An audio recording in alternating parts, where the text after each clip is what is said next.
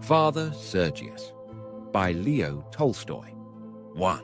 In Petersburg in the 1840s, a surprising event occurred. An officer of the Cuirassier Life Guards, a handsome prince who everyone predicted would become aide-de-camp to the Emperor Nicholas I and have a brilliant career, left the service, broke off his engagement to a beautiful maid of honor, a favorite of the empress's, gave his small estate to his sister, and retired to a monastery to become a monk. This event appeared extraordinary and inexplicable to those who did not know his inner motives, but for Prince Stepan Kasatsky himself it all occurred so naturally that he could not imagine how he could have acted otherwise. His father, a retired colonel of the Guards, had died when Stepan was 12, and sorry as his mother was to part from her son, she entered him at the military college as her deceased husband had intended. The widow herself, with her daughter Varvara, moved to Petersburg to be near her son and have him with her for the holidays. The boy was distinguished both by his brilliant ability and by his immense self-esteem. He was first both in his studies, especially in mathematics, of which he was particularly fond, and also in drill and in riding. Though of more than average height, he was handsome and agile, and he would have been an altogether exemplary cadet had it not been for his quick temper. He was remarkably truthful, and was neither dissipated nor addicted to drink. The only faults that marred his conduct were fits of fury to which he was subject, and during which he lost control of himself and became like a wild animal. He once nearly threw out of the window another cadet who had begun to tease him about his collection of minerals. On another occasion, he came almost completely to grief by flinging a whole dish of cutlets at an officer who was acting as steward, attacking him and, it was said, striking him for having broken his word and told a bare-faced lie. He would certainly have been reduced to the ranks had not the director of the college hushed up the whole matter and dismissed the steward. By the time he was 18, he had finished his college course and received a commission as lieutenant in an aristocratic regiment of the Guards. The Emperor Nicholas Pavlovich, Nicholas Wasson, had noticed him while he was still at the college and continued to take notice of him in the regiment, and it was on this account that people predicted for him an appointment as aide-de-camp to the Emperor. Kasatsky himself strongly desired it, not from ambition only, but chiefly because, since his cadet days, he had been passionately devoted to Nicholas Pavlovich. The Emperor had often visited the military college, and every time Kasatsky saw that tall, erect figure, with breast expanded in its military overcoat, entering with brisk step, saw the cropped side whiskers, the moustache, the aquiline nose, and heard the sonorous voice exchanging greetings with the cadets, he was seized by the same rapture that he experienced later on when he met the woman he loved. Indeed, his passionate adoration of the Emperor was even stronger. He wished to sacrifice something, everything, even himself, to prove his complete devotion. And the Emperor Nicholas was conscious of evoking this rapture and deliberately aroused it. He played with the cadets, surrounded himself with them, treating them sometimes with childish simplicity, sometimes as a friend, and then again with majestic solemnity.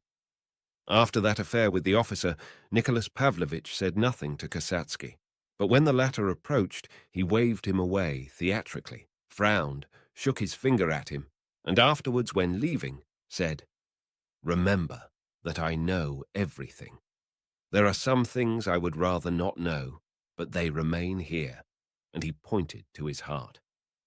When on leaving college the cadets were received by the Emperor, he did not again refer to Kasatsky's offense, but told them all, as was his custom, that they should serve him and the fatherland loyally, that he would always be their best friend, and that when necessary they might approach him direct. All the cadets were as usual greatly moved, and Kasatsky even shed tears, remembering the past, and vowed that he would serve his beloved Tsar with all his soul. When Kasatsky took up his commission, his mother moved with her daughter first to Moscow, and then to their country estate. Kasatsky gave half his property to his sister, and kept only enough to maintain himself in the expensive regiment he had joined. To all appearance, he was just an ordinary, brilliant young officer of the Guards, making a career for himself. But intense and complex strivings went on within him. From early childhood, his efforts had seemed to be very varied, but essentially they were all one and the same. He tried in everything he took up to attain such success and perfection as would evoke praise and surprise. Whether it was his studies or his military exercises, he took them up and worked at them till he was praised and held up as an example to others. Mastering one subject, he took up another and obtained first place in his studies. For example, while still at college, he noticed in himself an awkwardness in French conversation and contrived to master French till he spoke it as well as Russian, and then he took up chess and became an excellent player. Apart from his main vocation, which was the service of his Tsar and the fatherland, he always set himself some particular aim, and however unimportant it was, devoted himself completely to it, and lived for it until it was accomplished. And as soon as it was attained, another aim would immediately present itself, replacing its predecessor. This passion for distinguishing himself, or for accomplishing something in order to distinguish himself, filled his life. On taking up his commission, he set himself to acquire the utmost perfection in knowledge of the service, and very soon became a model officer, though still with the same fault of ungovernable irascibility, which here in the service again led him to commit actions inimical to his success. Then he took to reading, having once in conversation in society felt himself deficient in general education, and again achieved his purpose. Then, wishing to secure a brilliant position in high society, he learnt to dance excellently and very soon was invited to all the balls in the best circles and to some of their evening gatherings. But this did not satisfy him. He was accustomed to being first, and in this society was far from being so. The highest society then consisted, and I think always consist, of four sorts of people. Rich people who are received at court, people not wealthy but born and brought up in court circles, rich people who ingratiate themselves into the court set, and people neither rich nor belonging to the court, but who ingratiate themselves into the first and second sets. Kasatsky did not belong to the first two sets, but was readily welcomed in the others. On entering society, he determined to have relations with some society lady, and to his own surprise quickly accomplished this purpose. He soon realized, however, that the circles in which he moved were not the highest, and that though he was received in the highest spheres, he did not belong to them. They were polite to him, but showed by their whole manner that they had their own set, and that he was not of it. And Kasatsky wished to belong to that inner circle. To attain that end, it would be necessary to be an aide-de-camp to the emperor, which he expected to become, or to marry into that exclusive set, which he resolved to do. And his choice fell on a beauty belonging to the court, who not merely belonged to the circle into which he wished to be accepted, but whose friendship was coveted by the very highest people and those most firmly established in that highest circle. This was Countess Korotkova. Kasatsky began to pay court to her, and not merely for the sake of his career. She was extremely attractive, and he soon fell in love with her. At first, she was noticeably cool towards him, but then suddenly changed and became gracious, and her mother gave him pressing invitations to visit them. Kasatsky proposed and was accepted. He was surprised at the facility with which he attained such happiness. But though he noticed something strange and unusual in the behavior towards him of both mother and daughter, he was blinded by being so deeply in love and did not realize what almost the whole town knew, namely, that his fiancée had been the Emperor Nicholas's mistress the previous year.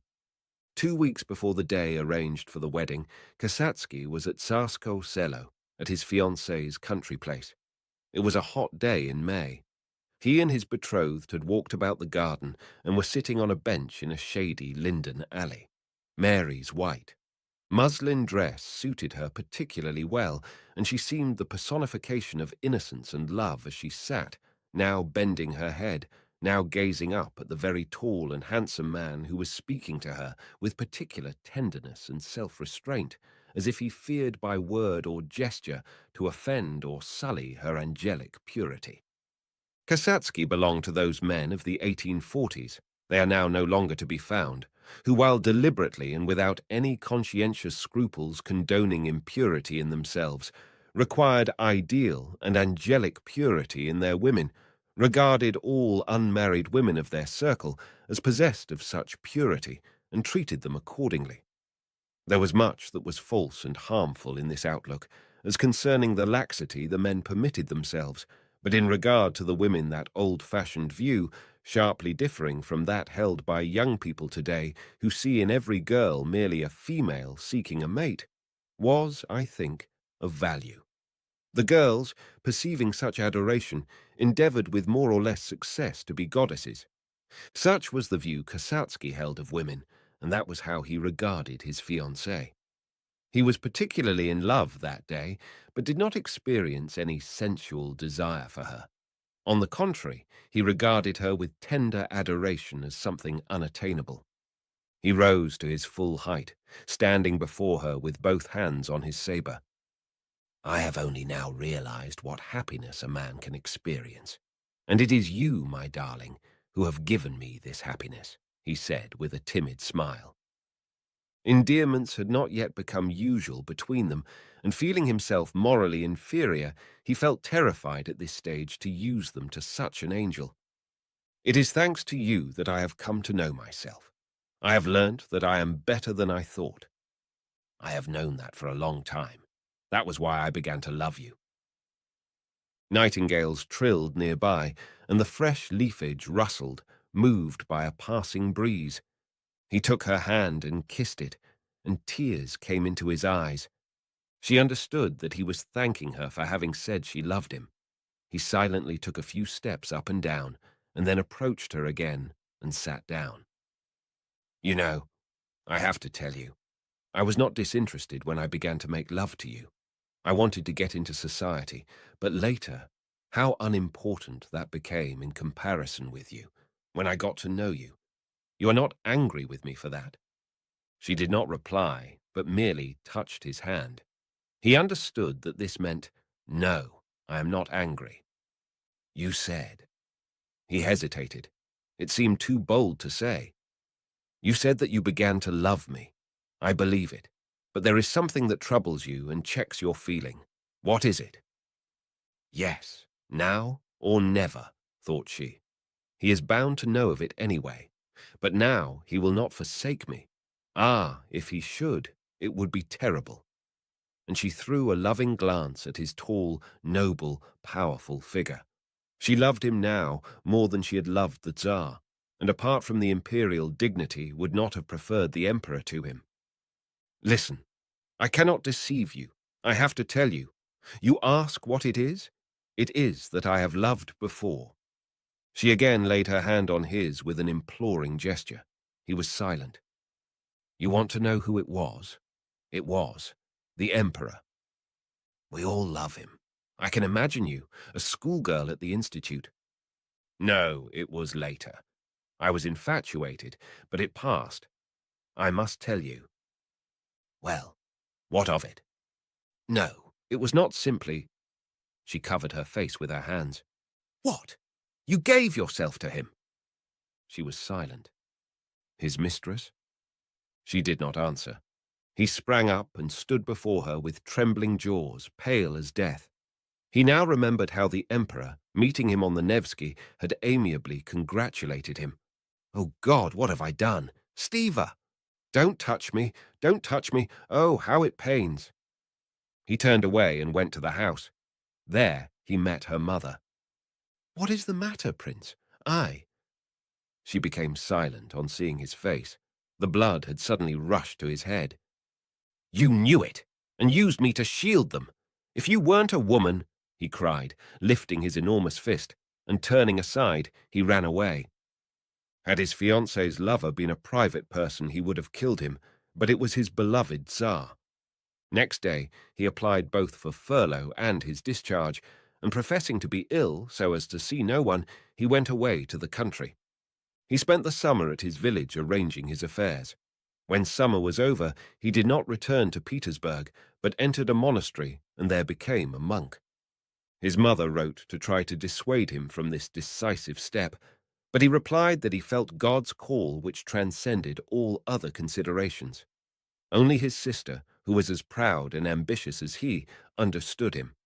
She understood that he had become a monk in order to be above those who considered themselves his superiors, and she understood him correctly.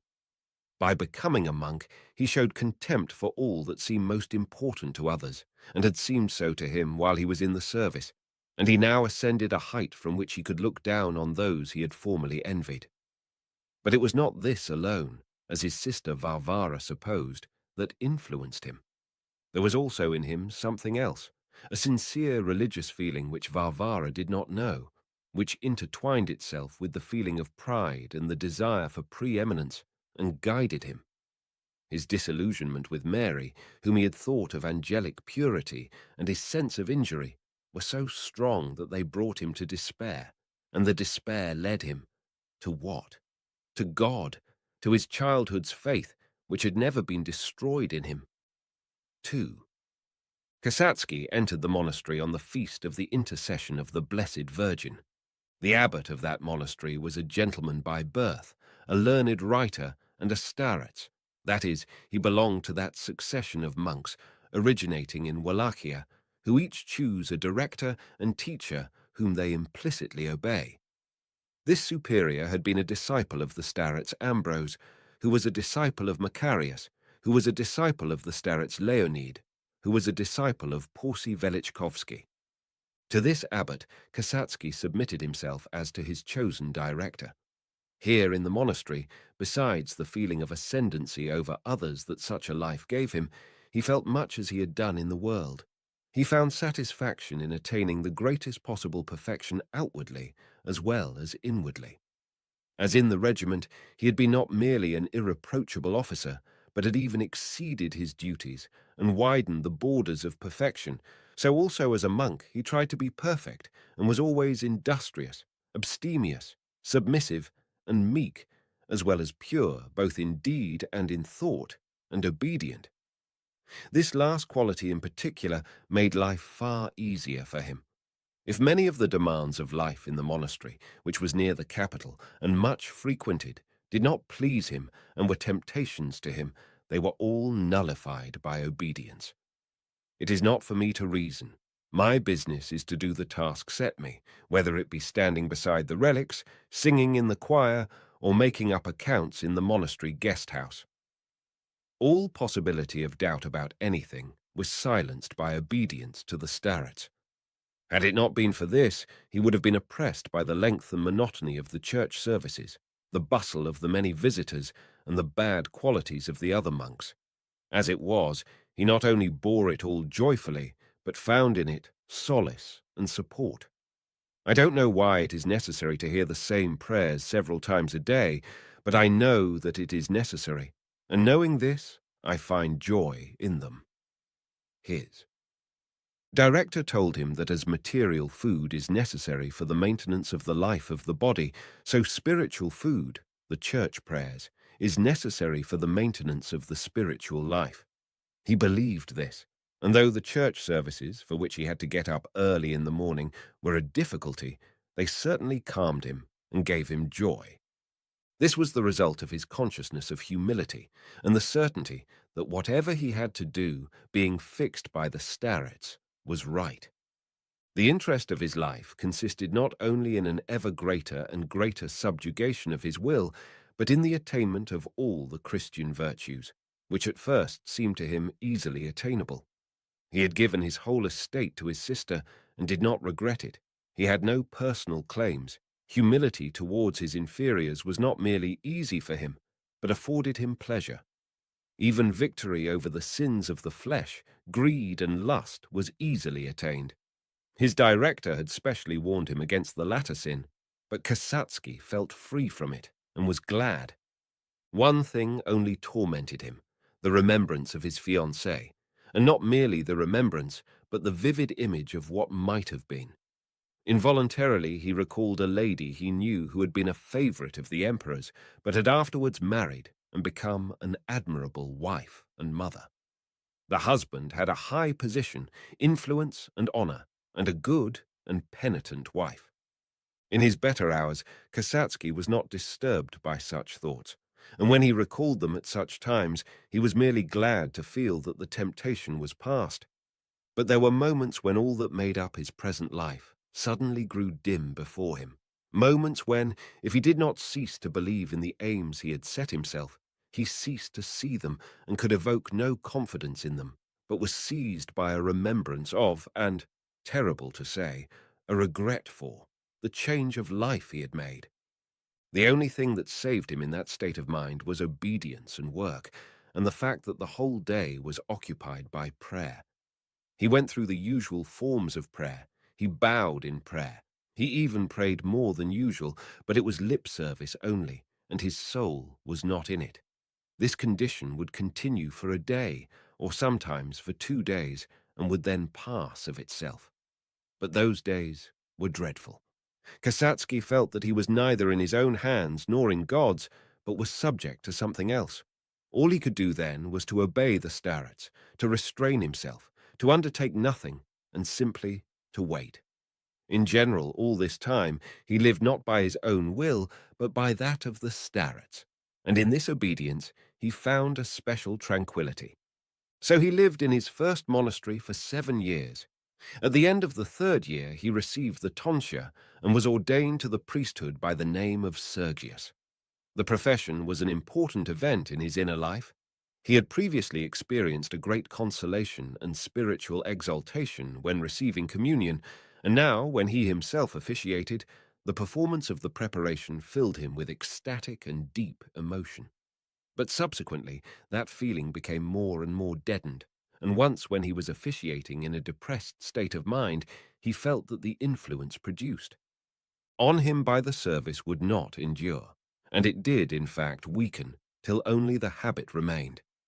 In general, in the 7th year of his life in the monastery, Sergius grew weary. He had learnt all there was to learn, and had attained all there was to attain. There was nothing more to do, and his spiritual drowsiness increased. During this time, he heard of his mother's death and his sister Varvara's marriage, but both events were matters of indifference to him. His whole attention and his whole interest were concentrated on his inner life. In the 4th year of his priesthood, during which the bishop had been particularly kind to him, the starets told him that he ought not to decline it if he were offered an appointment to higher duties. Then monastic ambition, the very thing he had found so repulsive in other monks, arose within him. He was assigned to a monastery near the metropolis. He wished to refuse, but the starets ordered him to accept the appointment. He did so, and took leave of the starets, and moved to the other monastery. The exchange into the metropolitan monastery was an important event in Sergius's life. There he encountered many temptations, and his whole willpower was concentrated on meeting them. In the first monastery, women had not been a temptation to him, but here that temptation arose with terrible strength and even took definite shape. There was a lady known for her frivolous behavior who began to seek his favor. She talked to him and asked him to visit her. Sergius sternly declined, but was horrified by the definiteness of his desire. He was so alarmed that he wrote about it to the starets. And in addition, to keep himself in hand, he spoke to a young novice, and conquering his sense of shame, confessed his weakness to him, asking him to keep watch on him and not let him go anywhere except to service and to fulfill his duties. Besides this, a great pitfall for Sergius lay in the fact of his extreme antipathy to his new abbot, a cunning, worldly man who was making a career for himself in the church. Struggle with himself as he might, he could not master that feeling. He was submissive to the abbot, but in the depths of his soul he never ceased to condemn him. And in the 2nd year of his residence at the new monastery, that ill feeling broke out. The vigil service was being performed in the large church on the eve of the feast of the intercession of the Blessed Virgin, and there were many visitors. The abbot himself was conducting the service. Father Sergius was standing in his usual place and praying. That is, he was in that condition of struggle which always occupied him during the service, especially in the large church when he was not himself conducting the service. This conflict was occasioned by his irritation at the presence of fine folk, especially ladies. He tried not to see them or to notice all that went on, how a soldier conducted them, pushing the common people aside, how the ladies pointed out the monks to one another, especially himself and a monk noted for his good looks. He tried, as it were, to keep his mind in blinkers, to see nothing but the light of the candles on the altar screen, the icons, and those conducting the service. He tried to hear nothing but the prayers that were being chanted or read, to feel nothing but self-oblivion in consciousness of the fulfillment of duty, a feeling he always experienced when hearing or reciting in advance the prayers he had so often heard. So he stood, crossing and prostrating himself when necessary, and struggled with himself, now giving way to cold condemnation, and now to a consciously evoked obliteration of thought and feeling. Then the sacristan, Father Nicodemus, also a great stumbling block to Sergius, who involuntarily reproached him for flattering and fawning on the abbot, approached him, and bowing low, requested his presence behind the holy gates. Father Sergius straightened his mantle, put on his biretta, and went circumspectly through the crowd. "Lise, regarde à droite, c'est lui," he heard a woman's voice say. Ou, il n'est pas tellement beau." He knew that they were speaking of him. He heard them, and as always at moments of temptation, he repeated the words, "Lead us not into temptation." And bowing his head and lowering his eyes, went past the ambo and in by the north door, avoiding the canons in their cassocks, who were just then passing the altar screen. On entering the sanctuary, he bowed, crossing himself as usual and bending double before the icons. Then, raising his head, but without turning, he glanced out of the corner of his eye at the abbot, whom he saw standing beside another glittering figure. The abbot was standing by the wall in his vestments. Having freed his short, plump hands from beneath his chasuble, he had folded them over his fat body and protruding stomach, and fingering the cords of his vestments, was smilingly saying something to a military man in the uniform of a general of the imperial suite, with its insignia and shoulder knots, which Father Sergius's experienced eye at once recognized. This general had been the commander of the regiment in which Sergius had served. He now evidently occupied an important position, and Father Sergius at once noticed that the abbot was aware of this, and that his red face and bald head beamed with satisfaction and pleasure. This vexed and disgusted Father Sergius, the more so when he heard that the abbot had only sent for him to satisfy the general's curiosity to see a man who had formerly served with him, as he expressed it. "Very pleased to see you in your angelic guise," said the general, holding out his hand. "I hope you have not forgotten an old comrade." The whole thing, the abbot's red, smiling face amid its fringe of grey, the general's words, his well-cared-for face with its self-satisfied smile, and the smell of wine from his breath and of cigars from his whiskers, revolted Father Sergius. He bowed again to the abbot and said, "Your reverence deigned to send for me," and stopped, the whole expression of his face and eyes asking why. "Yes, to meet the general," replied the abbot. "Your reverence, I left the world to save myself from temptation," said Father Sergius, turning pale and with quivering lips. "Why do you expose me to it during prayers and in God's house?" "You may go. Go," said the abbot, flaring up and frowning. Next day, Father Sergius asked pardon of the abbot and of the brethren for his pride. But at the same time, after a night spent in prayer, he decided that he must leave this monastery, and he wrote to the starets begging permission to return to him. He wrote that he felt his weakness and incapacity to struggle against temptation without his help, and penitently confessed his sin of pride. By return of post came a letter from the starets, who wrote that Sergius's pride was the cause of all that had happened. The old man pointed out that his fits of anger were due to the fact that in refusing all clerical honors he humiliated himself not for the sake of God, but for the sake of his pride. There now, am I not a splendid man not to want anything? That was why he could not tolerate the abbot's action. I have renounced everything for the glory of God, and here I am exhibited like a wild beast. Had you renounced vanity for God's sake, you would have borne it. Worldly pride is not yet dead in you. I have thought about you, Sergius, my son, and prayed also, and this is what God has suggested to me. At the Tambov hermitage, the anchorite Hilary, a man of saintly life, has died. He had lived there 18 years. The Tambov abbot is asking whether there is not a brother who would take his place. And here comes your letter. Go to Father Pacey of the Tambov monastery. I will write to him about you, and you must ask for Hilary's cell. Not that you can replace Hilary, but you need solitude to quell your pride. May God bless you. Sergius obeyed the starets, showed his letter to the abbot, and having obtained his permission, gave up his cell, handed all his possessions over to the monastery, and set out for the Tambov hermitage.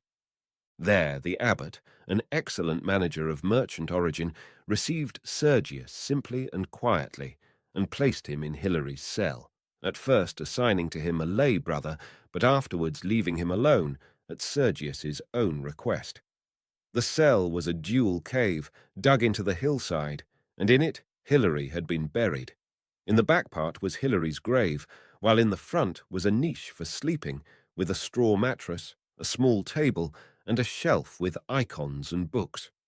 Outside the outer door, which fastened with a hook, was another shelf on which, once a day, a monk placed food from the monastery. And so Sergius became a hermit. 3. At carnival time, in the 6th year of Sergius's life at the hermitage, a merry company of rich people, men and women from a neighboring town, made up a troika party, after a meal of carnival pancakes and wine. The company consisted of 2 lawyers, a wealthy landowner, an officer, and 4 ladies.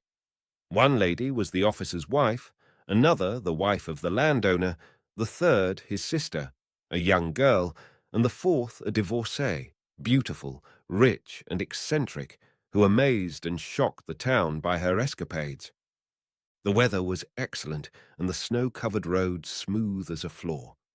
They drove some 7 miles out of town, and then stopped and consulted as to whether they should turn back or drive farther. "But where does this road lead to?" asked Makovkina, the beautiful divorcee. "To Tambov, 8 miles from here," replied one of the lawyers, who was having a flirtation with her. "And then where?" "Then on to L, past the monastery." "Where that Father Sergius lives?" "Yes." "Kasatsky, the handsome hermit?" "Yes." "Mesdames et messieurs, let us drive on and see Kasatsky. We can stop at Tambov and have something to eat." "But we shouldn't get home tonight." "Never mind. We will stay at Kasatsky's." "Well, there is a very good hostelry at the monastery. I stayed there when I was defending Makin." "No, I shall spend the night at Kasatsky's." "Impossible. Even your omnipotence could not accomplish that." "Impossible? Will you bet?" "All right. If you spend the night with him, the stake shall be whatever you like." "A discretion." "But on your side, too." "Yes, of course. Let us drive on."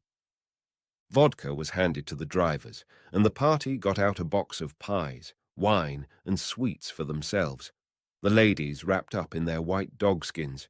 The drivers disputed as to whose troika should go ahead, and the youngest, seating himself sideways with a dashing air, swung his long knout and shouted to the horses. The troika bells tinkled, and the sledge runners squeaked over the snow. The sledge swayed hardly at all. The shaft horse, with his tightly bound tail under his decorated breechband, galloped smoothly and briskly. The smooth road seemed to run rapidly backwards, while the driver dashingly shook the reins. One of the lawyers and the officer sitting opposite talked nonsense to Makovkina's neighbor, but Makovkina herself sat motionless and in thought, tightly wrapped in her fur. Always the same and always nasty. The same red, shiny faces smelling of wine and cigars. The same talk, the same thoughts, and always about the same things. And they are all satisfied and confident that it should be so, and will go on living like that till they die. But I can't. It bores me. I want something that would upset it all and turn it upside down. Suppose it happened to us as to those people. At Saratov, was it? who kept on driving and froze to death. What would our people do? How would they behave? Basely, for certain. Each for himself. And I too should act badly. But I at any rate have beauty. They all know it. And how about that monk? Is it possible that he has become indifferent to it? No, that is the one thing they all care for, like that cadet last autumn. What a fool he was! Ivan Nikolaevich, she said aloud, what are your commands? How old is he? Who? Kasatsky. Over 40, I should think. And does he receive all visitors? Yes, everybody, but not always. Cover up my feet. Not like that. How clumsy you are. No, more, like that. But you need not squeeze them. So they came to the forest where the cell was. Makovkina got out of the sledge and told them to drive on. They tried to dissuade her, but she grew irritable and ordered them to go on. When the sledges had gone, she went up the path in her white dogskin coat. The lawyer got out and stopped to watch her. It was Father Sergius's 6th year as a recluse, and he was now 49. His life in solitude was hard, not on account of the fasts and the prayers, they were no hardship to him, but on account of an inner conflict he had not at all anticipated. The sources of that conflict were two, doubts and the lust of the flesh, and these two enemies always appeared together. It seemed to him that they were two foes, but in reality they were one and the same. As soon as doubt was gone, so was the lustful desire. But thinking them to be two different fiends, he fought them separately. Oh, my God, thought he, why dost thou not grant me faith? There is lust, of course. Even the saints had to fight that, Saint Anthony and others. But they had faith, while I have moments, hours and days, when it is absent. Why does the whole world, with all its delights, exist if it is sinful and must be renounced? Why hast thou created this temptation? Temptation, is it not rather a temptation that I wish to abandon all the joys of earth and prepare something for myself there, where perhaps there is nothing? And he became horrified and filled with disgust at himself. Vile creature! And it is you who wish to become a saint, he upbraided himself, and he began to pray. But as soon as he started to pray, he saw himself vividly, as he had been at the monastery, in a majestic post in biretta and mantle, and he shook his head. No, that is not right. It is deception. I may deceive others, but not myself or God. I am not a majestic man, but a pitiable and ridiculous one. And he threw back the folds of his cassock and smiled as he looked at his thin legs in their underclothing. Then he dropped the folds of the cassock again and began reading the prayers, making the sign of the cross and prostrating himself. Can it be that this couch will be my bier? He read, and it seemed as if a devil whispered to him, a solitary couch is itself a bier. Falsehood. And in imagination he saw the shoulders of a widow with whom he had lived. He shook himself and went on reading. Having read the precepts, he took up the Gospels, opened the book, and happened on a passage he often repeated and knew by heart. Lord, I believe. Help thou my unbelief. And he put away all the doubts that had arisen. As one replaces an object of insecure equilibrium, so he carefully replaced his belief on its shaky pedestal and carefully stepped back from it so as not to shake or upset it. The blinkers were adjusted again, and he felt tranquilized, and repeating his childhood's prayer, Lord, receive me, receive me. He felt not merely at ease, but thrilled and joyful. He crossed himself and lay down on the bedding on his narrow bench, tucking his summer cassock under his head. He fell asleep at once, and in his light slumber he seemed to hear the tinkling of sledge bells. He did not know whether he was dreaming or awake, but a knock at the door aroused him. He sat up, distrusting his senses, but the knock was repeated. Yes, it was a knock close at hand, at his door, and with it the sound of a woman's voice. My God! Can it be true, as I have read in the lives of the saints, that the devil takes on the form of a woman? Yes, it is a woman's voice, and a tender, timid, pleasant voice. "Pfui!" And he spat to exorcise the devil. No, it was only my imagination, he assured himself, and he went to the corner where his lectern stood, falling on his knees in the regular and habitual manner which of itself gave him consolation and satisfaction. He sank down, his hair hanging over his face, and pressed his head, already going bald in front, to the cold, damp strip of drugget on the draughty floor. He read the psalm old Father Pimon had told him warded off temptation. He easily raised his light and emaciated body on his strong, sinewy legs, and tried to continue saying his prayers, but instead of doing so, he involuntarily strained his hearing. He wished to hear more. All was quiet. From the corner of the roof, regular drops continued to fall into the tub below. Outside was a mist and fog eating into the snow that lay on the ground. It was still, very still. And suddenly there was a rustling at the window, and a voice, that same tender, timid voice, which could only belong to an attractive woman, said, "Let me in, for Christ's sake." It seemed as though his blood had all rushed to his heart and settled there. He could hardly breathe. Let God arise and let his enemies be scattered. But I am not a devil. It was obvious that the lips that uttered this were smiling. I am not a devil, but only a sinful woman who has lost her way, not figuratively, but literally. She laughed. I am frozen and beg for shelter. He pressed his face to the window, but the little icon lamp was reflected by it and shone on the whole pane. He put his hands to both sides of his face and peered between them. Fog, mist, a tree, and just opposite him, she herself. Yes, there, a few inches from him, was the sweet, kindly, frightened face of a woman in a cap and a coat of long white fur, leaning towards him. Their eyes met with instant recognition. Not that they had ever known one another. They had never met before. But by the look they exchanged, they, and he particularly, felt that they knew and understood one another. After that glance, to imagine her to be a devil and not a simple, kindly, sweet, timid woman was impossible. "Who are you? Why have you come?" he asked. "Do please open the door," she replied, with capricious authority. "I am frozen. I tell you I have lost my way." "But I am a monk, a hermit." "Oh, do please open the door, or do you wish me to freeze under your window while you say your prayers?" "But how have you?" "I shan't eat you. For God's sake, let me in. I am quite frozen." She really did feel afraid, and said this in an almost tearful voice.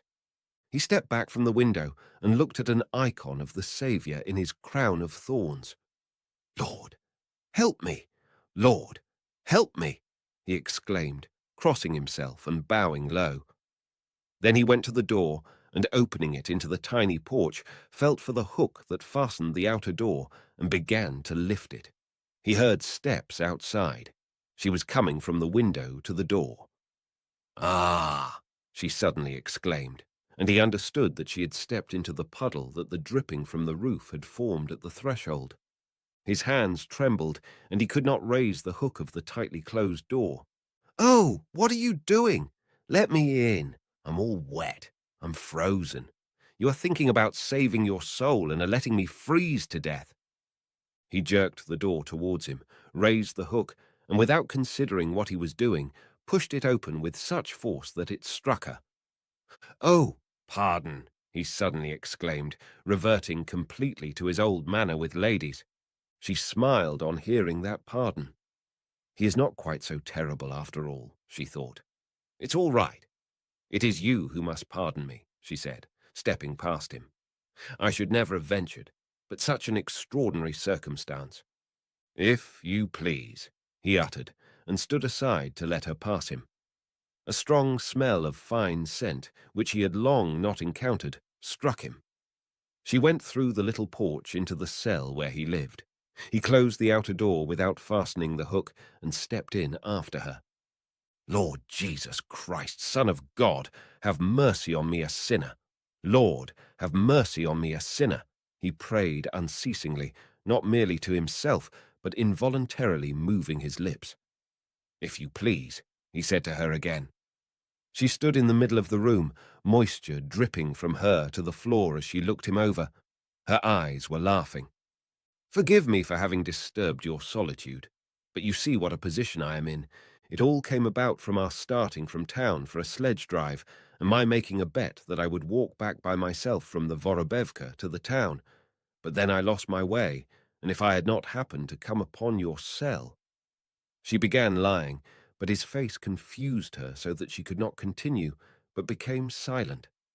She had not expected him to be at all such as he was. He was not as handsome as she had imagined, but was nevertheless beautiful in her eyes. His greyish hair and beard, slightly curling, his fine, regular nose, and his eyes like glowing coal when he looked at her, made a strong impression on her. He saw that she was lying. "Yes, so," said he, looking at her and again lowering his eyes. "I will go in there, and this place is at your disposal." And taking down the little lamp, he lit a candle, and bowing low to her went into the small cell beyond the partition, and she heard him begin to move something about there. "Probably he is barricading himself in from me," she thought with a smile, and throwing off her white dogskin cloak, she tried to take off her cap, which had become entangled in her hair and in the woven kerchief she was wearing under it. She had not got at all wet when standing under the window, and had said so only as a pretext to get him to let her in. But she really had stepped into the puddle at the door, and her left foot was wet up to the ankle, and her overshoe full of water. She sat down on his bed, a bench only covered by a bit of carpet, and began to take off her boots. The little cell seemed to her charming. The narrow little room, some 7 feet by 9, was as clean as glass. There was nothing in it but the bench on which she was sitting, the bookshelf above it, and a lectern in the corner. A sheepskin coat and a cassock hung on nails by the door. Above the lectern was the little lamp and an icon of Christ in his crown of thorns. The room smelt strangely of perspiration and of earth. It all pleased her, even that smell. Her wet feet, especially one of them, were uncomfortable, and she quickly began to take off her boots and stockings without ceasing to smile, pleased not so much at having achieved her object as because she perceived that she had abashed that charming, strange, striking, and attractive man. He did not respond. "But what of that?" she said to herself. Father Sergius, or how does one call you?" "What do you want?" replied a quiet voice. "Please forgive me for disturbing your solitude, but really I could not help it. I should simply have fallen ill, and I don't know that I shan't now. I am all wet, and my feet are like ice." "Pardon me," replied the quiet voice. "I cannot be of any assistance to you." "I would not have disturbed you if I could have helped it. I am only here till daybreak." He did not reply, and she heard him muttering something, probably his prayers. "You will not be coming in here?" she asked, smiling, "for I must undress to dry myself." He did not reply, but continued to read his prayers. "Yes, that is a man," thought she, getting her dripping boot off with difficulty. She tugged at it, but could not get it off. The absurdity of it struck her, and she began to laugh almost inaudibly. But knowing that he would hear her laughter and would be moved by it just as she wished him to be, she laughed louder, and her laughter, gay, natural, and kindly, really acted on him just in the way she wished. Yes, I could love a man like that. Such eyes and such a simple, noble face, and passionate too, despite all the prayers he mutters, thought she. You can't deceive a woman in these things. As soon as he put his face to the window and saw me, he understood and knew. The glimmer of it was in his eyes and remained there. He began to love me and desired me. Yes, desired, said she, getting her overshoe and her boot off at last and starting to take off her stockings. To remove those long stockings fastened with elastic, it was necessary to raise her skirts. She felt embarrassed and said, "Don't come in." But there was no reply from the other side of the wall. The steady muttering continued and also a sound of moving. He is prostrating himself to the ground, no doubt, thought she, but he won't bow himself out of it. He is thinking of me just as I am thinking of him. He is thinking of these feet of mine with the same feeling that I have. And she pulled off her wet stockings and put her feet up on the bench, pressing them under her. She sat a while like that with her arms round her knees and looking pensively before her. But it is a desert, here in this silence. No one would ever know. She rose, took her stockings over to the stove and hung them on the damper. It was a queer damper, and she turned it about, and then, stepping lightly on her bare feet, returned to the bench and sat down there again with her feet up. There was complete silence on the other side of the partition. She looked at the tiny watch that hung round her neck. It was 2 o'clock. Our party should return about 3. She had not more than an hour before her. Well, am I to sit like this all alone? What nonsense. I don't want to. I will call him at once. Father Sergius, Father Sergius, Sergei Dmitrich, Prince Kasatsky. Beyond the partition, all was silent. Listen, this is cruel. I would not call you if it were not necessary. I am ill. I don't know what is the matter with me, she exclaimed in a tone of suffering. Oh, oh, she groaned, falling back on the bench. And strange to say, she really felt that her strength was failing, that she was becoming faint, that everything in her ached, and that she was shivering with fever. Listen, help me. I don't know what is the matter with me. Oh, oh! She unfastened her dress, exposing her breast, and lifted her arms bare to the elbow. Oh, oh! All this time he stood on the other side of the partition and prayed. Having finished all the evening prayers, he now stood motionless, his eyes looking at the end of his nose, and mentally repeated with all his soul, Lord Jesus Christ, Son of God, have mercy upon me. But he had heard everything.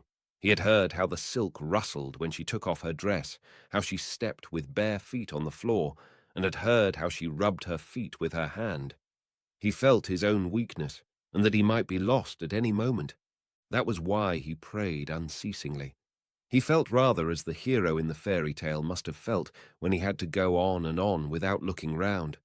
So Sergius heard and felt that danger and destruction were there, hovering above and around him, and that he could only save himself by not looking in that direction for an instant. But suddenly the desire to look seized him. At the same instant she said, This is inhuman. I may die. Yes, I will go to her, but like the saint who laid one hand on the adulteress and thrust his other into the brazier. But there is no brazier here. He looked round. The lamp. He put his finger over the flame and frowned, preparing himself to suffer. And for a rather long time, as it seemed to him, there was no sensation. But suddenly, he had not yet decided whether it was painful enough. He writhed all over, jerked his hand away, and waved it in the air. No, I can't stand that. For God's sake, come to me. I am dying. Oh, well, shall I perish? No, not so. I will come to you directly, he said, and having opened his door, he went without looking at her through the cell into the porch where he used to chop wood. There he felt for the block and for an axe which leant against the wall.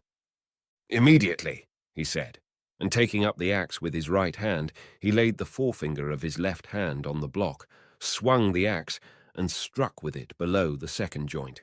The finger flew off more lightly than a stick of similar thickness, and bounding up, turned over on the edge of the block, and then fell to the floor. He heard it fall before he felt any pain, but before he had time to be surprised, he felt a burning pain and the warmth of flowing blood.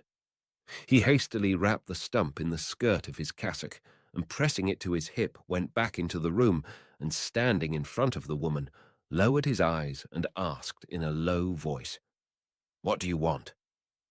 She looked at his pale face and his quivering left cheek, and suddenly felt ashamed. She jumped up, seized her fur cloak, and throwing it round her shoulders, wrapped herself up in it. I was in pain. I have caught cold. Father Sergius, I—" He let his eyes, shining with a quiet light of joy, rest upon her, and said, "Dear sister, why did you wish to ruin your immortal soul? Temptations must come into the world, but woe to him by whom temptation comes. Pray that God may forgive us." She listened and looked at him. Suddenly she heard the sound of something dripping. She looked down and saw that blood was flowing from his hand and down his cassock. "What have you done to your hand?" She remembered the sound she had heard, and seizing the little lamp, ran out into the porch. There on the floor she saw the bloody finger. She returned with her face paler than his, and was about to speak to him, but he silently passed into the back cell and fastened the door. "Forgive me," she said. "How can I atone for my sin?" "Go away. Let me tie up your hand. Go away from here." She dressed hurriedly and silently, and when ready sat waiting in her furs. The sledge bells were heard outside. "Father Sergius, forgive me." "Go away. God will forgive." "Father Sergius, I will change my life. Do not forsake me." "Go away. Forgive me, and give me your blessing." "In the name of the Father, and of the Son, and of the Holy Ghost," she heard his voice from behind the partition.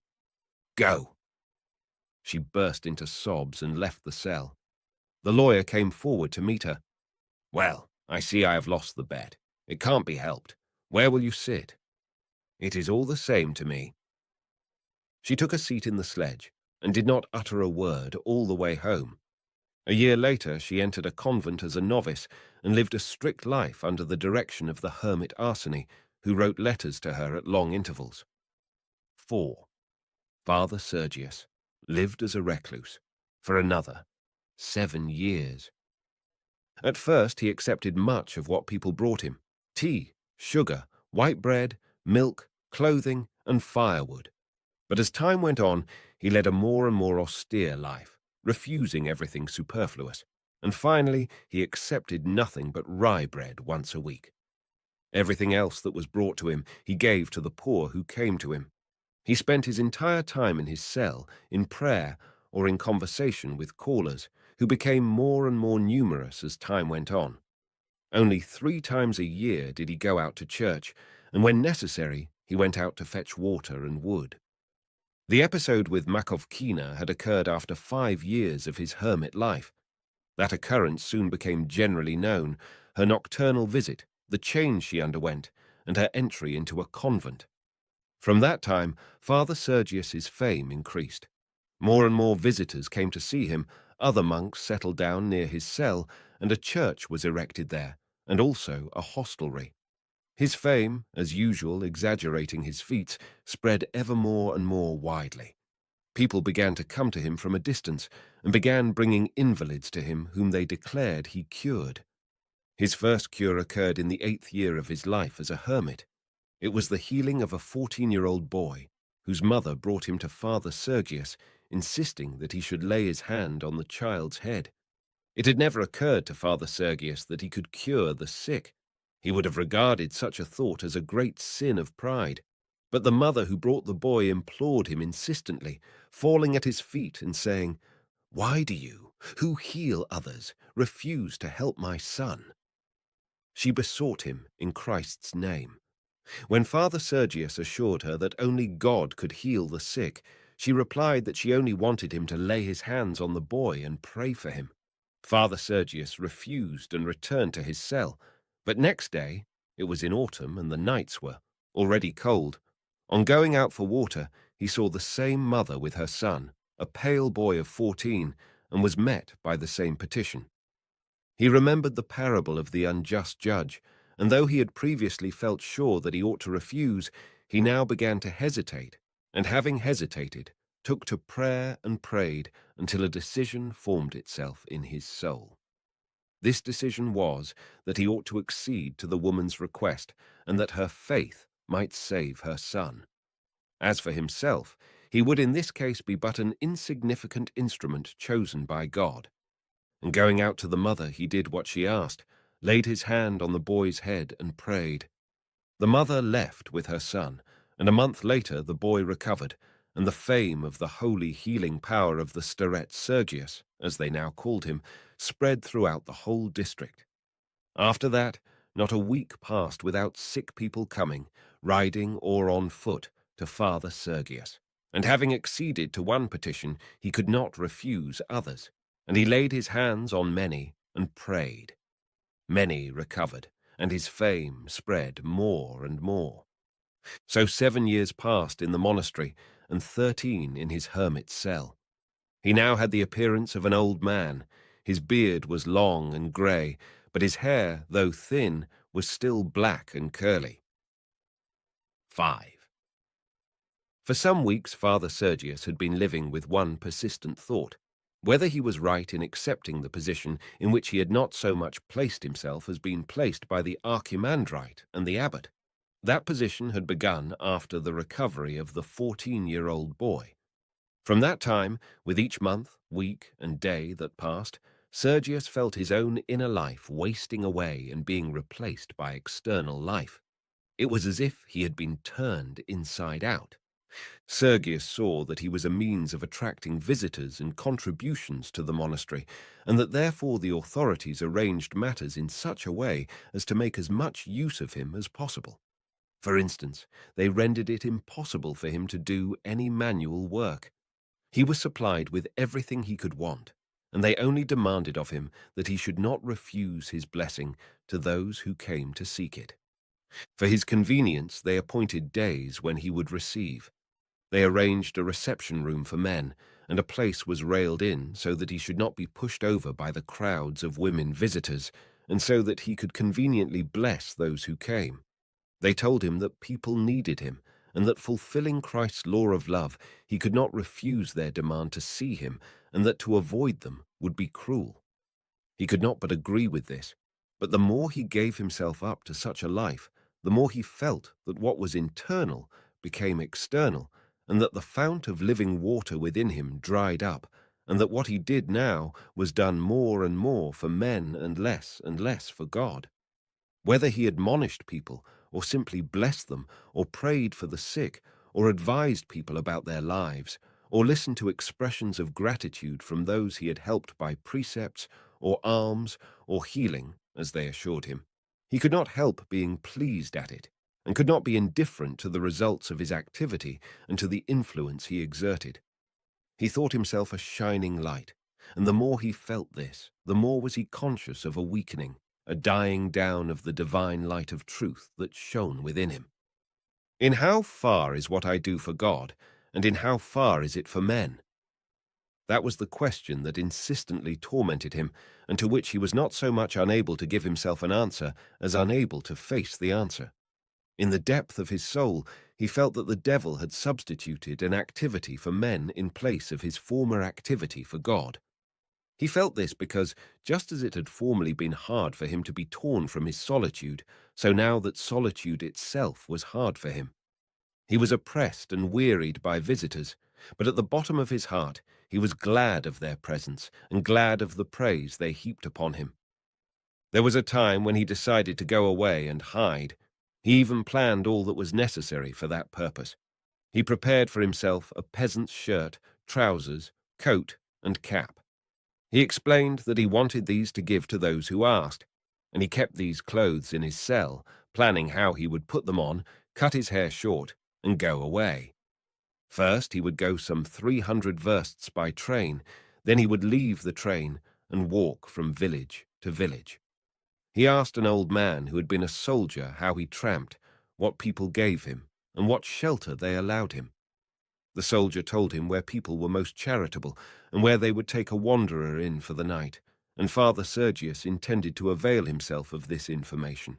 He even put on those clothes one night in his desire to go, but he could not decide what was best, to remain or to escape. At first he was in doubt, but afterwards this indecision passed. He submitted to custom and yielded to the devil, and only the peasant garb reminded him of the thought and feeling he had had. Every day more and more people flocked to him, and less time was left him for prayer and for renewing his spiritual strength. Sometimes in lucid moments he thought he was like a place where there had once been a spring. There used to be a feeble spring of living water which flowed quietly from me and through me. That was true life, the time when she tempted me. He always thought with ecstasy of that night, and of her who was now Mother Agnes.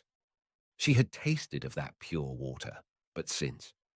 Then there had not been time for it to collect before thirsty people came crowding in and pushing one another aside, and they had trampled everything down, and nothing was left but mud. So he thought in rare moments of lucidity, but his usual state of mind was one of weariness and a tender pity for himself because of that weariness. It was in spring, on the eve of the mid-Pentecostal feast. Father Sergius was officiating at the vigil service in his hermitage church, where the congregation was as large as the little church could hold, about 20 people. They were all well-to-do proprietors or merchants. Father Sergius admitted anyone, but a selection was made by the monk in attendance and by an assistant who was sent to the hermitage every day from the monastery. A crowd of some 80 people, pilgrims and peasants, and especially peasant women, stood outside waiting for Father Sergius to come out and bless them. Meanwhile, he conducted the service, but at the point at which he went out to the tomb of his predecessor, he staggered and would have fallen had he not been caught by a merchant standing behind him and by the monk acting as deacon. "What is the matter, Father Sergius?" "Dear man, O Lord," exclaimed the women, "he is as white as a sheet." But Father Sergius recovered immediately, and though very pale, he waved the merchant and the deacon aside and continued to chant the service. Father Seraphim, the deacon, the acolytes, and Sofia Ivanovna, a lady who always lived near the hermitage and tended Father Sergius, begged him to bring the service to an end. "No, there's nothing the matter," said Father Sergius, slightly smiling from beneath his moustache and continuing the service. "Yes, that is the way the saints behave," thought he. "A holy man, an angel of God." He heard just then the voice of Sofia Ivanovna behind him, and also of the merchant who had supported him. He did not heed their entreaties, but went on with the service. Again, crowding together, they all made their way by the narrow passages back into the little church, and there, though abbreviating it slightly, Father Sergius completed Vespers. Immediately after the service, Father Sergius, having pronounced the benediction on those present, went over to the bench under the elm tree at the entrance to the cave. He wished to rest and breathe the fresh air. He felt in need of it. But as soon as he left the church, the crowd of people rushed to him, soliciting his blessing, his advice, and his help. There were pilgrims who constantly tramped from one holy place to another, and from one starets to another, and were always entranced by every shrine and every starets. Father Sergius knew this common, cold, conventional, and most irreligious type. There were pilgrims, for the most part, discharged soldiers, unaccustomed to a settled life, poverty-stricken, and many of them drunken old men, who tramped from monastery to monastery merely to be fed. And there were rough peasants and peasant, women who had come with their selfish requirements, seeking cures or to have doubts about quite practical affairs solved for them, about marrying off a daughter, or hiring a shop, or buying a bit of land, or how to atone for having overlaid a child or having an illegitimate one. All this was an old story, and not in the least interesting to him. He knew he would hear nothing new from these folk, that they would arouse no religious emotion in him, but he liked to see the crowd to which his blessing and advice was necessary and precious, so while that crowd oppressed him, it also pleased him. Father Seraphim began to drive them away, saying that Father Sergius was tired. But Father Sergius, remembering the words of the gospel, forbid them, children, not to come unto me, and feeling tenderly towards himself at this recollection, said they should be allowed to approach. He rose, went to the railing beyond which the crowd had gathered, and began blessing them and answering their questions, but in a voice so weak that he was touched with pity for himself. Yet despite his wish to receive them all, he could not do it. Things again grew dark before his eyes, and he staggered and grasped the railings. He felt a rush of blood to his head, and first went pale, and then suddenly flushed. I must leave the rest till tomorrow. I cannot do more today. And, pronouncing a general benediction, he returned to the bench. The merchant again supported him, and leading him by the arm, helped him to be seated. "Father," came voices from the crowd. "Dear father, do not forsake us. Without you, we are lost." The merchant, having seated Father Sergius on the bench under the elm, took on himself police duties and drove the people off very resolutely. It is true that he spoke in a low voice, so that Father Sergius might not hear him, but his words were incisive and angry. "Be off! Be off! He has blessed you, and what more do you want? Get along with you, or I'll wring your necks. Move on there! Get along, you old woman, with your dirty leg bands. Go, go! Where are you shoving to? You've been told that it is finished.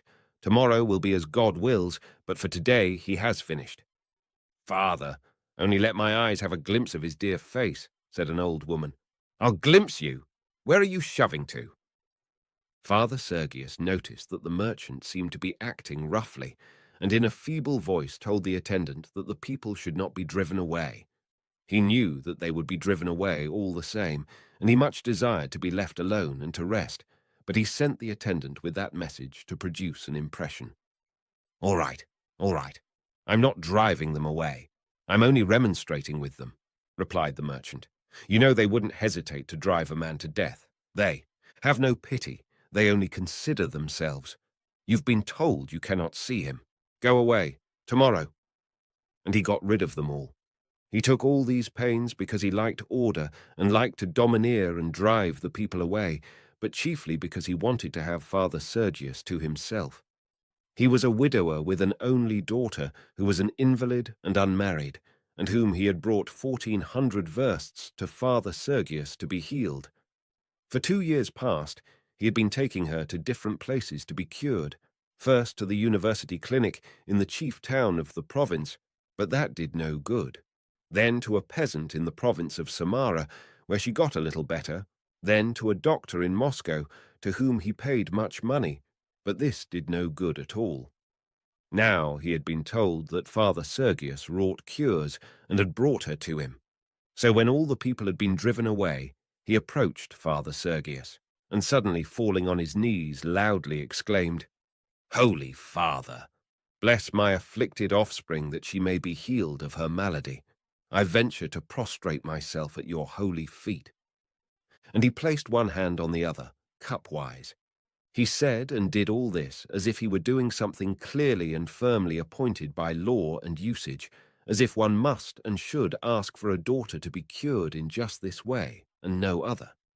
He did it with such conviction that it seemed even to Father Sergius that it should be said and done in just that way. But nevertheless, he bade him rise and tell him what the trouble was. The merchant said that his daughter, a girl of 22, had fallen ill 2 years ago, after her mother's sudden death. She had moaned, as he expressed it, and since then had not been herself. And now he had brought her 1,400 versts, and she was waiting in the hostelry till Father Sergius should give orders to bring her. She did not go out during the day, being afraid of the light, and could only come after sunset. "Is she very weak?" asked Father Sergius. "No, she has no particular weakness. She is quite plump, and is only neurasthenic, the doctors say. If you will only let me bring her this evening, Father Sergius, I'll fly like a spirit to fetch her. Holy Father, revive a parent's heart, restore his line, save his afflicted daughter by your prayers." And the merchant again threw himself on his knees, and bending sideways, with his head resting on his clenched fists, remained stock still. Father Sergius again told him to get up, and thinking how heavy his activities were, and how he went through with them patiently notwithstanding, he sighed heavily, and after a few seconds of silence, said, "Well, bring her this evening. I will pray for her, but now I am tired." And he closed his eyes. "I will send for you." The merchant went away, stepping on tiptoe, which only made his boots creak the louder, and Father Sergius remained alone. His whole life was filled by church services and by people who came to see him, but today had been a particularly difficult one. In the morning, an important official had arrived and had had a long conversation with him. After that, a lady had come with her. Son. This son was a skeptical young professor whom the mother, an ardent believer and devoted to Father Sergius, had brought that he might talk to him. The conversation had been very trying. The young man, evidently not wishing to have a controversy with a monk, had agreed with him in everything as with someone who was mentally inferior. Father Sergius saw that the young man did not believe, but yet was satisfied, tranquil, and at ease, and the memory of that conversation now disquieted him. "Have something to eat, Father," said the attendant. "All right, bring me something." The attendant went to a hut that had been arranged some 10 paces from the cave, and Father Sergius remained alone. The time was long past when he had lived alone, doing everything for himself and eating only rye bread or rolls prepared for the church. He had been advised long since that he had no right to neglect his health, and he was given wholesome, though Lenten, food. He ate sparingly, though much more than he had done, and often he ate with much pleasure, and not as formerly with aversion and a sense of guilt. So it was now. He had some gruel, drank a cup of tea, and ate half a white roll. The attendant went away, and Father Sergius remained alone under the elm tree. It was a wonderful May evening, when the birches, aspens, elms, wild cherries, and oaks had just burst into foliage. The bush of wild cherries behind the elm tree was in full bloom, and had not yet begun to shed its blossoms, and the nightingales, one quite near at hand, and 2 or 3 others in the bushes down by the river, burst into full song after some preliminary twitters. From the river came the far-off songs of peasants returning, no doubt, from their work. The sun was setting behind the forest, its last rays glowing through the leaves. All that side was brilliant green. The other side with the elm tree was dark. The cockchafers flew clumsily about, falling to the ground when they collided with anything. After supper, Father Sergius began to repeat a silent prayer.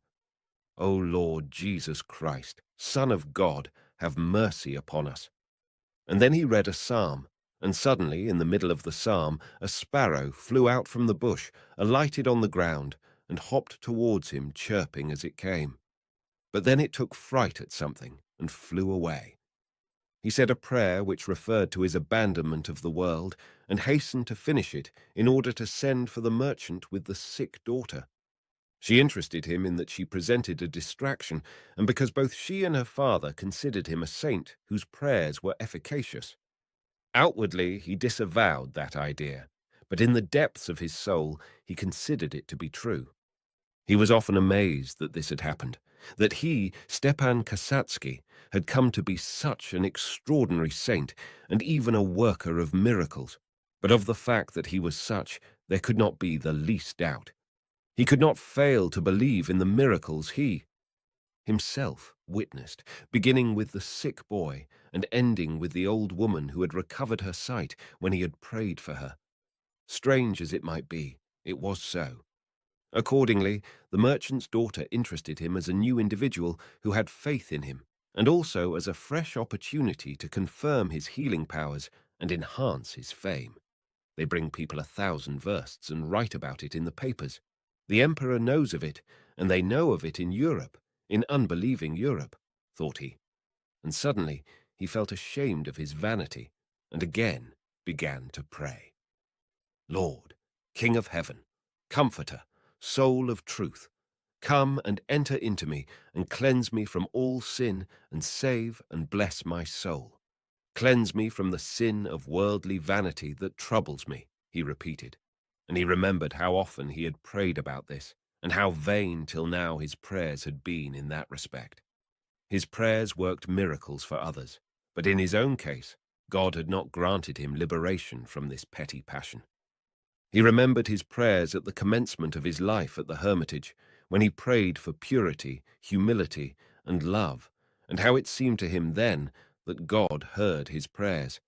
He had retained his purity and had chopped off his finger, and he lifted the shriveled stump of that finger to his lips and kissed it.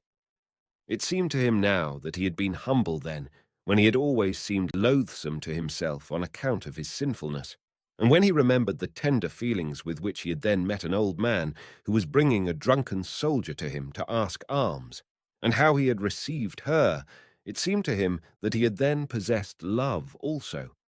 But now?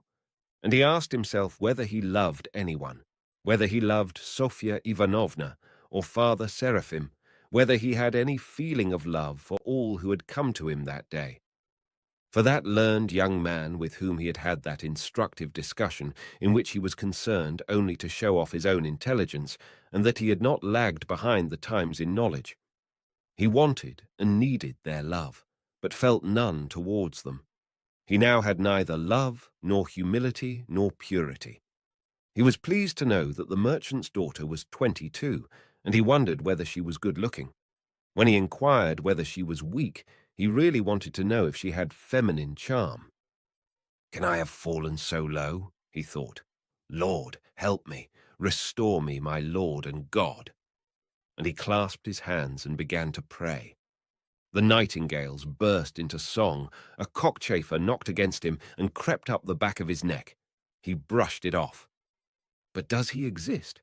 What if I am knocking at a door fastened from outside? The bar is on the door for all to see. Nature, the nightingales and the cockchafers, is that bar. Perhaps the young man was right.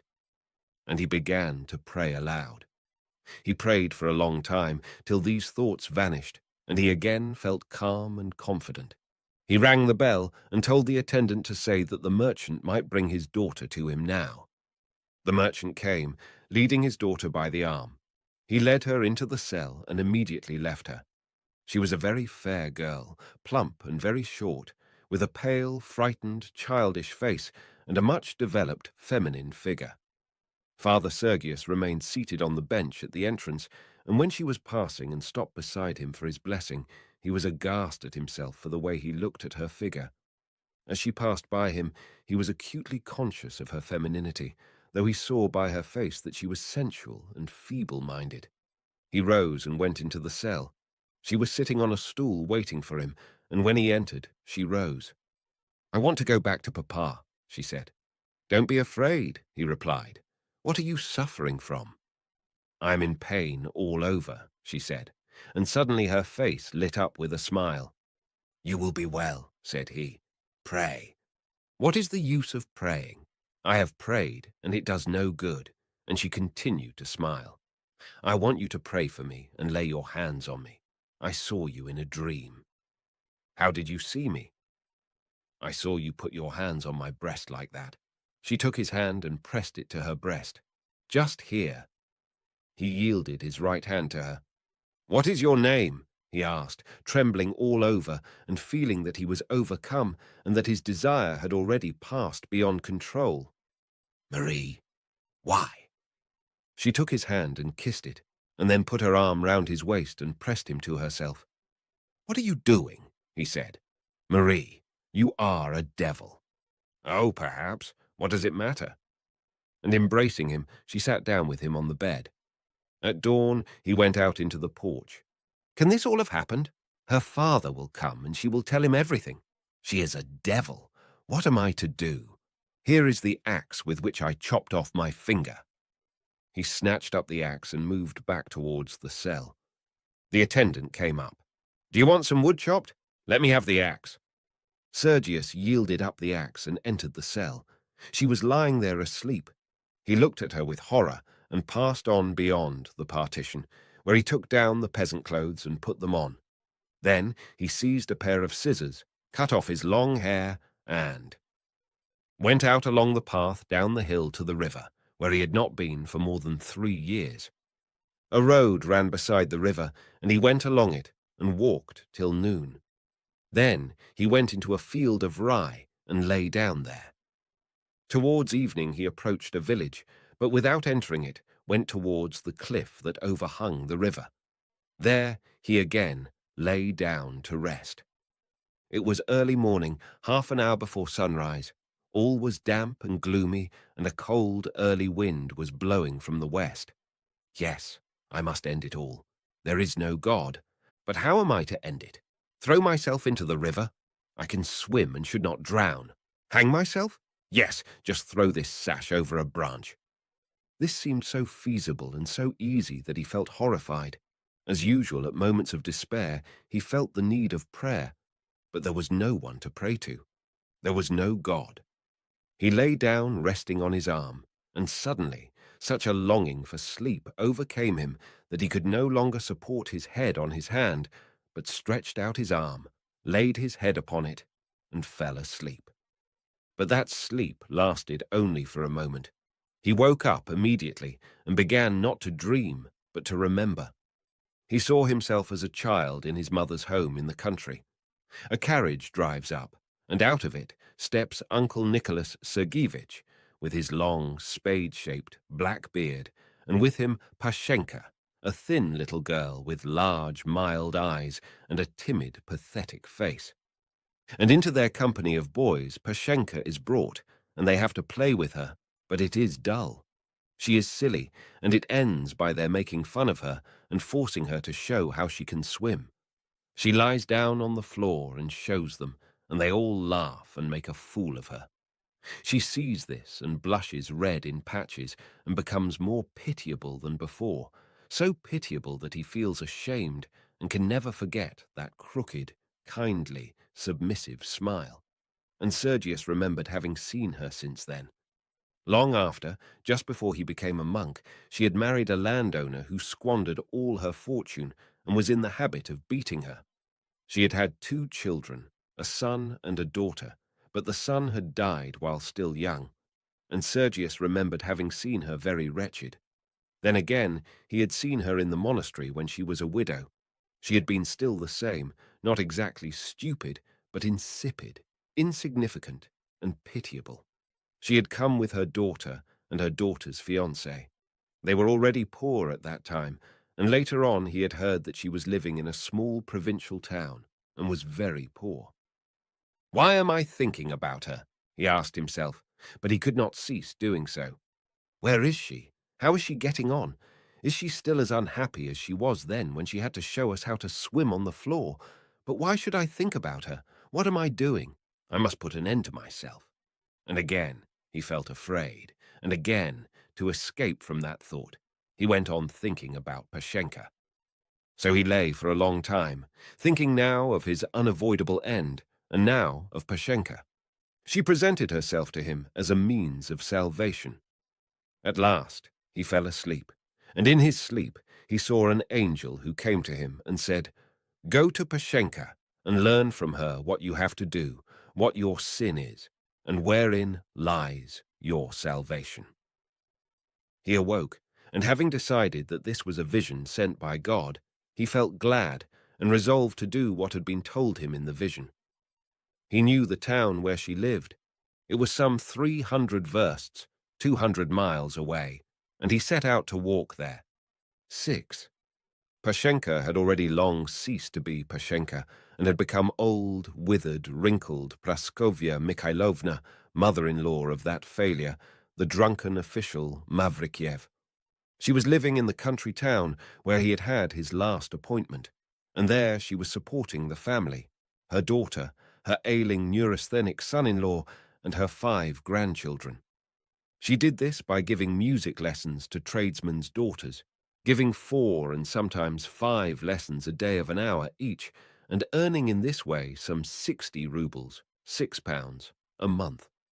So they lived for the present in expectation of another appointment. She had sent letters to all her relations and acquaintances, asking them to obtain a post for her son-in-law, and among the rest she had written to Sergius, but that letter had not reached him. It was a Saturday, and Praskovya Mikhailovna was herself mixing dough for currant bread, such as the serf cook on her father's estate used to make so well. She wished to give her grandchildren a treat on the Sunday. Masha, her daughter, was nursing her youngest child. The eldest boy and girl were at school, and her son-in-law was asleep, not having slept during the night. Praskovya Mikhailovna had remained awake, too, for a great part of the night, trying to soften her daughter's anger against her husband. She saw that it was impossible for her son-in-law, a weak creature, to be other than he was, and realized that his wife's reproaches could do no good, so she used all her efforts to soften those reproaches and to avoid recrimination and anger. Unkindly relations between people caused her actual physical suffering. It was so clear to her that bitter feelings do not make anything better, but only make everything worse. She did not, in fact, think about this. She simply suffered at the sight of anger as she would from a bad smell, a harsh noise, or from blows on her body. She had, with a feeling of self-satisfaction, just taught Lucaria how to mix the dough when her 6-year-old grandson, Misha, wearing an apron and with darned stockings on his crooked little legs, ran into the kitchen with a frightened face. "Grandma, a dreadful old man wants to see you." Lucaria looked out at the door. "There is a pilgrim of some kind, a man." Praskovya Mikhailovna rubbed her thin elbows against one another, wiped her hands on her apron, and went upstairs to get a 5-kopeck piece, about a penny, out of her purse for him. But remembering that she had nothing less than a 10-kopeck piece, she decided to give him some bread instead. She returned to the cupboard, but suddenly blushed at the thought of having grudged the 10-kopeck piece, and telling Lucaria to cut a slice of bread, went upstairs again to fetch it. "It serves you right," she said to herself. "You must now give twice over." She gave both the bread and the money to the pilgrim, and when doing so, far from being proud of her generosity, she excused herself for giving so little. The man had such an imposing appearance. Though he had tramped 200 versts as a beggar, though he was tattered and had grown thin and weather-beaten, though he had cropped his long hair and was wearing a peasant's cap and boots, and though he bowed very humbly, Sergius still had the impressive appearance that made him so attractive. But Praskovya Mikhailovna did not recognize him. She could hardly do so, not having seen him for almost 20 years. "Don't think ill of me, father. Perhaps you want something to eat." He took the bread and the money, and Praskovya Mikhailovna was surprised that he did not go, but stood looking at her. "Pashenka, I have come to you. Take me in." His beautiful black eyes, shining with the tears that started in them, were fixed on her with imploring insistence, and under his greyish moustache, his lips quivered piteously. Praskovya Mikhailovna pressed her hands to her withered breast, opened her mouth, and stood petrified, staring at the pilgrim with dilated eyes. "It can't be! Stepa! Sergei! Father Sergius!" "Yes, it is I," said Sergius in a low voice. "Only not Sergius, or Father Sergius, but a great sinner, Stepan Kasatsky, a great and lost sinner. Take me in and help me." "It's impossible. How have you so humbled yourself? But come in." She reached out her hand, but he did not take it, and only followed her in. But where was she to take him? The lodging was a small one. Formerly she had had a tiny room, almost a closet for herself, but later she had given it up to her daughter, and Masha was now sitting there rocking the baby. "Sit here for the present," she said to Sergius, pointing to a bench in the kitchen. He sat down at once, and with an evidently accustomed movement, slipped the straps of his wallet first off one shoulder and then off the other. My God, how you have humbled yourself, father. Such great fame, and now like this."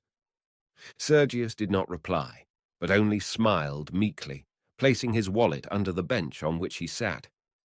"Masha, do you know who this is?"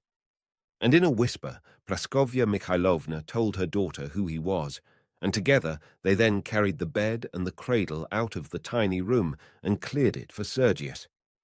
Praskovya Mikhailovna led him into it. "Here you can rest. Don't take offense, but I must go out." "Where to?" "I have to go to a lesson. I'm ashamed to tell you, but I teach music." "Music? But that is good. Only just one thing, Praskovya Mikhailovna. I have come to you with a definite object. When can I have a talk with you?" "I shall be very glad. Will this evening do?" "Yes, but one thing more. Don't speak about me or say who I am. I have revealed myself only to you. No one knows where I have gone to. It must be so." "Oh, but I have told my daughter." "Well, Ask her not to mention it."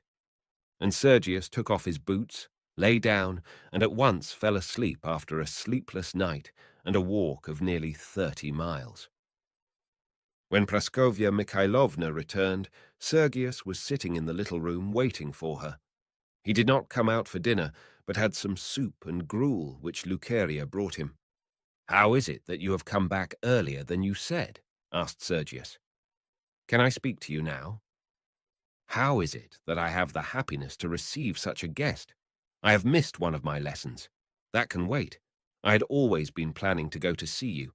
I wrote to you, and now this good fortune has come. Pashenka, please listen to what I am going to tell you as to a confession made to God at my last hour. Pashenka, I am not a holy man. I am not even as good as a simple, ordinary man. I am a loathsome, vile, and proud sinner who has gone astray, and who, if not worse than everyone else, is at least worse than most very bad people." Pashenka looked at him at first with staring eyes, but she believed what he said, and when she had quite grasped it, she touched his hand, smiling pityingly, and said, "Perhaps you exaggerate, Stiva." "No, Pashenka, I am an adulterer, a murderer, a blasphemer, and a deceiver." "My God! How is that?" exclaimed Praskovya Mikhailovna. "But I must go on living. And I, who thought I knew everything, who taught others how to live, I know nothing and ask you to teach me." "What are you saying, Stiva? You are laughing at me. Why do you always make fun of me?" "Well, if you think I am jesting, you must have it as you please. But tell me all the same how you live, and how you have lived your life." "I? I have lived a very nasty, horrible life, and now God is punishing me as I deserve. I live so wretchedly, so wretchedly." "How was it with your marriage? How did you live with your husband?" "It was all bad. I married because I fell in love in the nastiest way. Papa did not approve, but I would not listen to anything and just got married. Then instead of helping my husband, I tormented him by my jealousy, which I could not restrain. I heard that he drank. Yes, but I did not give him any peace. I always reproached him, though you know it is a disease. He could not refrain from it.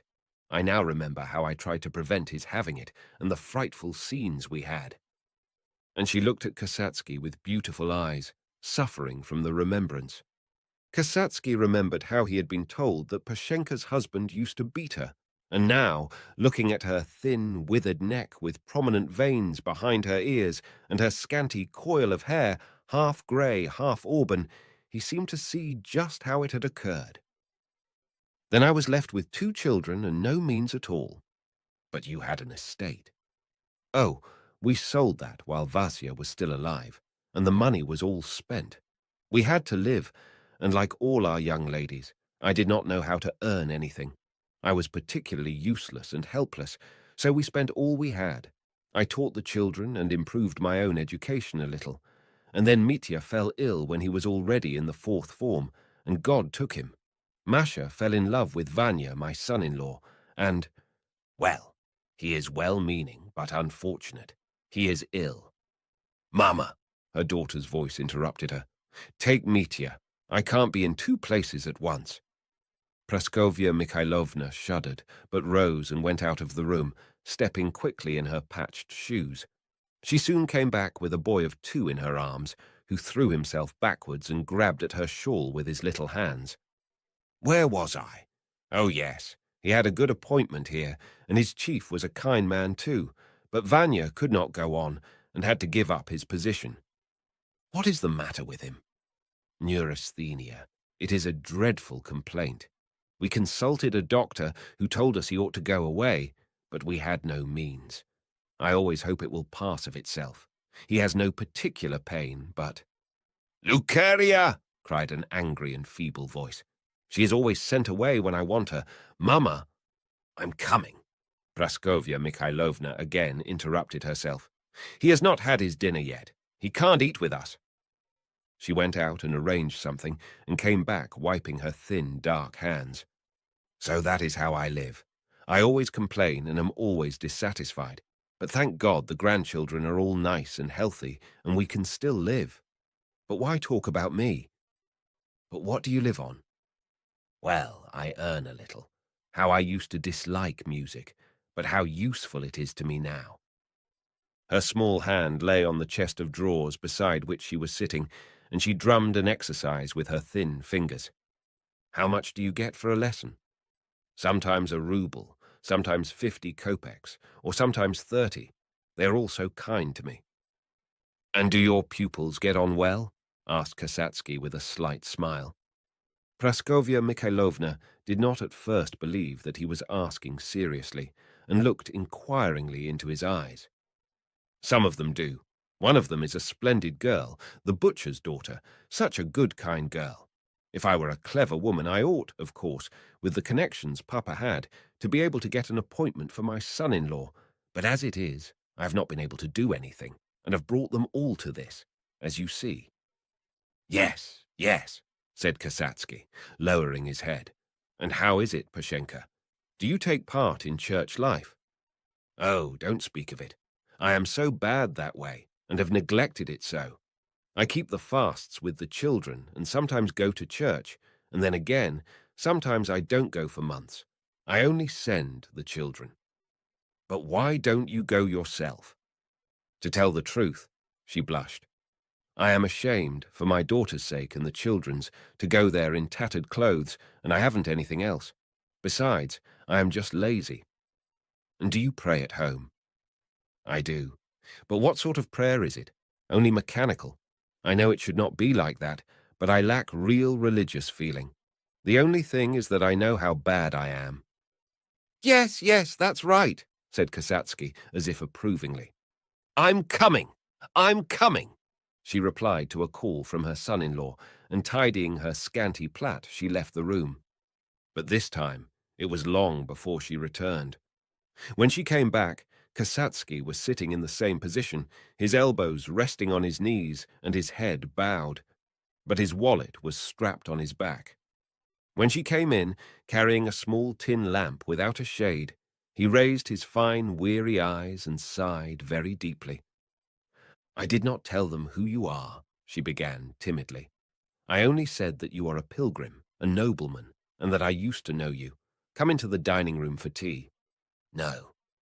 Well then, I'll bring some to you here. No, I don't want anything. God bless you, Pashenka. I am going now. If you pity me, don't tell anyone that you have seen me. For the love of God, don't tell anyone. Thank you. I would bow to your feet, but I know it would make you feel awkward. Thank you, and forgive me for Christ's sake. Give me your blessing. God bless you. Forgive me for Christ's sake. He rose, but she would not let him go until she had given him bread and butter and rusks. He took it all and went away. It was dark, and before he had passed the second house, he was lost to sight. She only knew he was there because the dog at the priest's house was barking. So that is what my dream meant. Pashenka is what I ought to have been, but failed to be. I lived for men on the pretext of living for God, while she lived for God, imagining that she lives for men. Yes, one good deed, a cup of water given without thought of reward, is worth more than any benefit I imagined I was bestowing on people. But after all, was there not some share of sincere desire to serve God? He asked himself, and the answer was, yes, there was. But it was all soiled and overgrown by desire for human praise. Yes, there is no God for the man who lives, as I did, for human praise. I will now seek him. And he walked from village to village, as he had done on his way to Pashenka, meeting and parting from other pilgrims, men and women, and asking for bread and a night's rest in Christ's name. Occasionally, some angry housewife scolded him, or a drunken peasant reviled him, but for the most part he was given food and drink, and even something to take with him. His noble bearing disposed some people in his favour, while others, on the contrary, seemed pleased at the sight of a gentleman who had come to beggary. But his gentleness prevailed with everyone. Often, finding a copy of the Gospels in a hut, he would read it aloud, and when they heard him, the people were always touched and surprised, as at something new yet familiar. When he succeeded in helping people, either by advice, or by his knowledge of reading and writing, or by settling some quarrel, he did not wait to see their gratitude, but went away directly afterwards. And little by little, God began to reveal himself within him. Once he was walking along with two old women and a soldier. They were stopped by a party consisting of a lady and gentleman in a gig and another lady and gentleman on horseback. The husband was on horseback with his daughter, while in the gig his wife was driving with a Frenchman, evidently a traveller.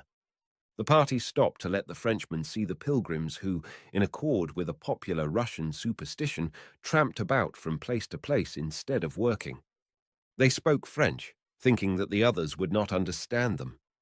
"Demandez-leur," said the Frenchman, "s'ils sont bien sûrs de cieux que leur pèlerinage est agréable à Dieu." The question was asked, and one old woman replied, "As God takes it, our feet have reached the holy places, but our hearts may not have done so." They asked the soldier. He said that he was alone in the world and had nowhere else to go. They asked Kasatsky who he was.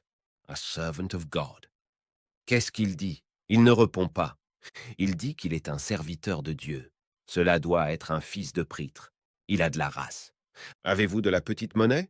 The Frenchman found some small change and gave 20 kopecks to each of the pilgrims. "Mais dites-leur que ce n'est pas pour les cierges que je leur donne, mais pour qu'ils se régalent de the." "Tché, tché, pour vous, mon vieux," he said with a smile. And he patted Kasatsky on the shoulder with his gloved hand. "May Christ bless you," replied Kasatsky, without replacing his cap and bowing his bald head. He rejoiced particularly at this meeting, because he had disregarded the opinion of men and had done the simplest, easiest thing, humbly accepted 20 kopecks and given them to his comrade, a blind beggar. The less importance he attached to the opinion of men, the more did he feel the presence of God within him. For 8 months, Kasatsky tramped on in this manner, and in the 9th month he was arrested for not having a passport. This happened at a night refuge in a provincial town where he had passed the night with some pilgrims. He was taken to the police station, and when asked who he was and where was his passport, he replied that he had no passport and that he was a servant of God. He was classed as a tramp, sentenced, and sent to live in Siberia. In Siberia, he has settled down as the hired man of a well-to-do peasant, in which capacity he works in the kitchen garden, teaches children, and attends to the sick.